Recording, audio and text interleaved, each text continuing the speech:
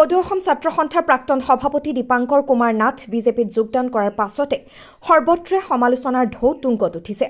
দীপাংকৰ কুমাৰ নাথে আসুৰ মজিয়াৰ পৰা পদত্যাগ কৰিহে বিজেপিত যোগদান কৰিছে। সেইদৰে আসুৰ পৰা ওলাই গৈ ইয়াৰ পূৰ্বেও বহুকেইগৰাকী আসু নেতাই ৰাজনীতিত যোগদান কৰি এতিয়া একোগৰাকী সাংসদ অথবা বিধায়ক হ'ল। সেই ক্ষেত্ৰত কিন্তু কোনেও মাত নামাতিলে। শেহতীয়াকৈ কা আন্দোলন কৰি আসুৰ সাধাৰণ সম্পাদক হৈ থকা লুৰিণজ্যোতি গগৈয়ে পদত্যাগ কৰি নিজেই এটা ৰাজনৈতিক দল খুলিলে যদিও কোনেও এষাৰ মাত নামাতিলে। কিন্তু এতিয়া দীপাংকৰ কুমাৰ নাথ অথবা প্ৰকাশ দাসৰ দৰে প্ৰাক্তন আসু নেতাই ৰাজনৈতিক দলত যোগদান কৰাৰ পাছতে সমগ্ৰ ৰাজ্য তলপৰ, হয়তো ঠায়ে ঠায়ে তেওঁলোকক ট্ৰল পৰ্যন্ত কৰা হৈছে। দীপাংকৰ কুমাৰ নাথ অথবা প্ৰকাশ দাসৰ দৰে প্ৰাক্তন আসু নেতাৰ বয়স হৈছিল আৰু তেওঁলোকে গোটেই জীৱনটো আসু কৰি জীৱন পাৰ হোৱাটো নিবিচাৰিছিল, যাৰ বাবে এটা ৰাজনৈতিক দলত যোগদান কৰিলে। সদৌ অসম ছাত্ৰ সন্থাৰ প্ৰাক্তন সাধাৰণ সম্পাদক তপন গগৈ এতিয়া এজন বিজেপি দলৰ সাংসদ।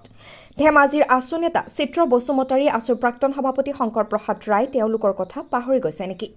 এতিয়া আসু কৰি থকা একাংশ নেতাই ভৱিষ্যতৰ দিনত ৰাজনৈতিক পথাৰত ভৰি নিদিব বুলি ক'ব পাৰিব জানো? হয়তো সমালোচনা কৰিব লাগে কাৰণে একাংশই সমালোচনা কৰে। এই সমালোচনা কৰাৰ ভিতৰত দুই এজন এনে সংগঠনৰ নেতা আছে যি বিজেপিৰ বিধায়কে যিটো কয় তাকেই মানে।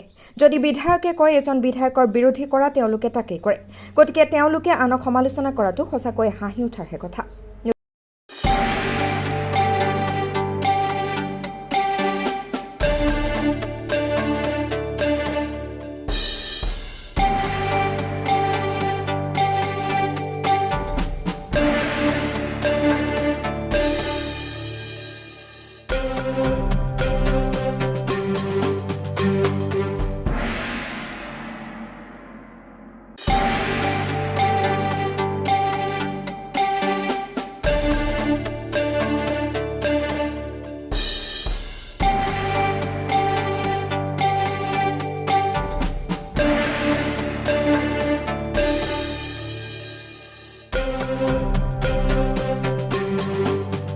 News X report, ৰেজবাৰ্তা।